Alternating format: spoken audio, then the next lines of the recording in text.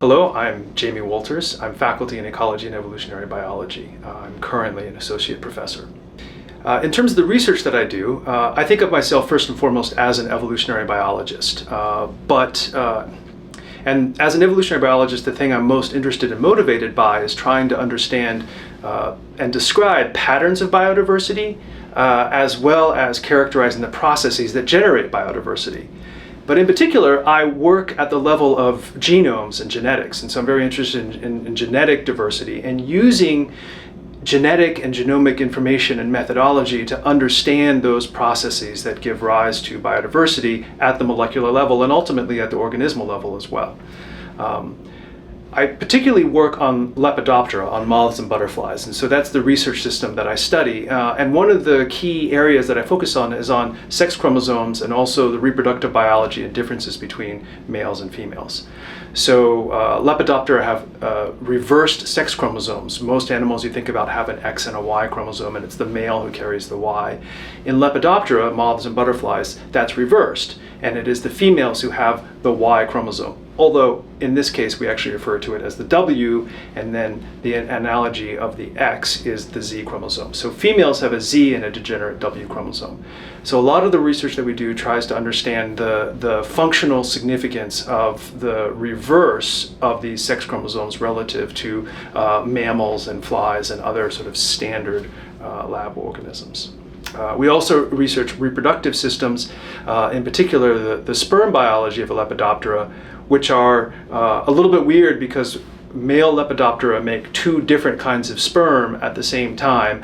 One of them fertilizes the egg and the other one doesn't. And so we're trying to understand from a functional and evolutionary perspective what the difference is and how developmentally the animals produce those two different kinds of sperm. So that's, in a nutshell, what the areas of research are that we do. We dabble in other areas as well. I've worked a little bit on the monarch diseases, and increasingly we're now studying differences in survivorship, whether males live longer than females or females live longer than males, and what the molecular genetic basis of that is. So that's a new area of research that we're working on. In making this observation of there being two different kinds of sperm, an obvious question is why? What are they doing, and why does one not fertilize? The first thing to say is that this is not unique to Lepidoptera. This dimorphic sperm has evolved independently many different times in many different lineages of animals. Whether it has the same function in all of those different animals is not clear, but probably because when you have something emerge and evolve repeatedly, it's typically because of similar selective pressures, right? It is largely mysterious, but there has been some recent developments, not necessarily work from my lab, but they have been able to do genetic alterations that remove the non-fertilizing sperm. And when they do that, they find that those animals are sterile. Further investigation suggests that the non-fertilizing sperm help the fertilizing sperm travel through the reproductive tract of the females. However, there are other data that suggest that when you have sperm competition, when two males mate with the same females, the non-fertilizing sperm play a role in determining the outcome of that sperm competition and determining the success in fertilizing from the males that mate. So the two major ideas that we're trying to sort of address are maybe the non-fertilizing sperm are helpers, versus sort of what I call the warrior hypothesis, where they're trying to sort of duke it out and figure out, help the eupyrene, that is to say the nucleated sperm, achieve fertilization. So I've explained a bit about the kind of research we do, the questions that we're pursuing. I can say a bit about the methods that we use as well. We use a lot of genomic biology, which is to say that we have to generate samples. So we often start in the wet lab with organisms. We do experiments with live organisms to try and assess, for instance, whether males or females live longer, or to get fresh tissue for generating functional genomic data, where we're measuring gene expression or just trying to capture samples to sequence their genomes to capture genetic variation. So we start typically in the wet lab to get our samples, we do the extractions, and then we send the extracted nucleic acids off to the core facilities that generate the genomic sequencing data. That then comes back to us, and it's very large-scale data, and it takes quite a long time and a lot of effort to analyze, and so we spend a lot of time at the computer using high-performance computing clusters that allow us to churn through the data in an efficient way. So I would say the majority of the work that we do in my lab is actually based on computational analysis and sitting at the computer writing code. But we also do a fair bit of upstream work, rearing the live animals and sort of doing those experiments as well. So we have a bit of a mix of wet lab molecular biology combined with a lot of computational research as well.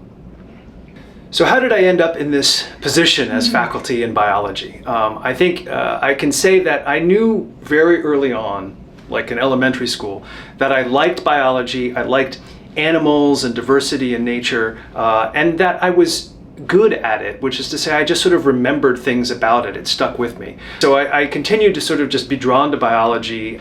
So the short version is I started off very interested in biology generally, just sort of naturally inclined to that, and then through the classes that I took and the experiences and the timing that I had, developed interests in evolution, genomics, and ultimately in insects, which I find to be in some ways a lot easier to work with than vertebrates. It's just there's many more of them, there's less regulation on them, there's a lot more diversity arguably, and so that's how it all came together. So in terms of settling on working on Lepidoptera, moths and butterflies, that was something that sort of emerged for me after I started my PhD. I was very interested in studying the impact of mating systems on the evolution of reproductive proteins, which is to say proteins found in sperm and seminal fluid. That's the focus of my research, because those proteins tend to evolve very rapidly and often due to adaptive evolution. And so there was a question as to, well, what's causing that pattern? And so at the time, I went into the literature and tried to find good groups of insects that allowed me to access many different species that had variation in mating systems and had some emerging genomic resources to work with.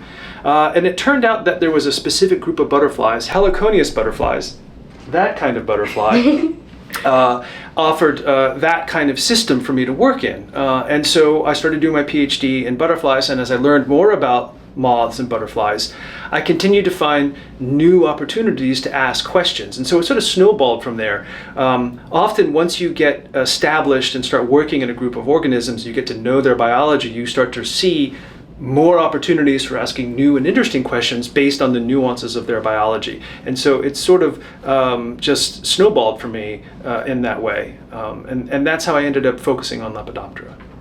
So on a day-to-day basis, it sort of depends on whether we're doing the wet lab work, where you come in and sort of set up your experiment and pull out the reagents and try and go through the motions of measuring and pipetting and then putting those reagents together in the little tubes and putting them into the machines that are going to heat and cool them or whatever. And that's sort of your standard molecular biology approach. And so that's part of the work that I have done a lot of and which is done in my lab. The other part of the work we do is computational, and that mainly means sitting at the computer writing code to process the data that comes back from the sequencing cores and trying to summarize, statistically analyze, and visualize the data as well. And so trying to make compelling figures that capture the data and communicate the essence of the hypotheses that we're testing or the inferences we're trying to make. So I think that the day-to-day really depends on which side of that you're working on. And quite often it's useful if you can go back and forth. You can sort of split up your day and maybe do a little bit of wet lab or do some computational work. But for me, mostly my days these days involve sitting at the computer. I like to do the research and write code, but often it ends up that I'm writing a lot of emails. What classes do I teach, and what are some of my favorites? I teach introductory genetics. That's very satisfying, but there's hundreds of students, a little bit overwhelming. It's hard to get to know them as well as the smaller seminars that I teach. And the two smaller seminars I teach are an introduction to R programming. R is a computer programming language, a statistical analysis language. And I also teach a seminar in genome biology where we dive into the technology and the sort of diversity of genomes as a whole. Of those two, I think the R programming class is the one that's sort of closest to my heart because I've been teaching it for a long time. And my goal, and I feel like I've been successful in this, is to help biology students who come into the sciences because they love biology but maybe aren't so comfortable with the computational stuff, but realize that they need that computational skills to become a professional researcher, because a big part of this job is being able to analyze the large scale of data, the increasingly large scale of data that we all have to deal with. And so that has been a very rewarding course, because I think a lot of students go from feeling intimidated by this to really feeling confident that they can succeed with this skill going forward. And so those are the courses I teach and how I sort of think about each of them. So if I'm going to give any advice to students, in particular undergraduate at KU, I would say that it's really a good idea to try to get to know your professors if you can. Come to office hours, make an opportunity to reach out to them. We are generally very nice people who want to see you succeed and are committed to helping you reach the goals that you want to reach as well. I understand it can be intimidating, but if you make the effort, I think you'll find a warm reception. And we really want to help you meet your goals as well.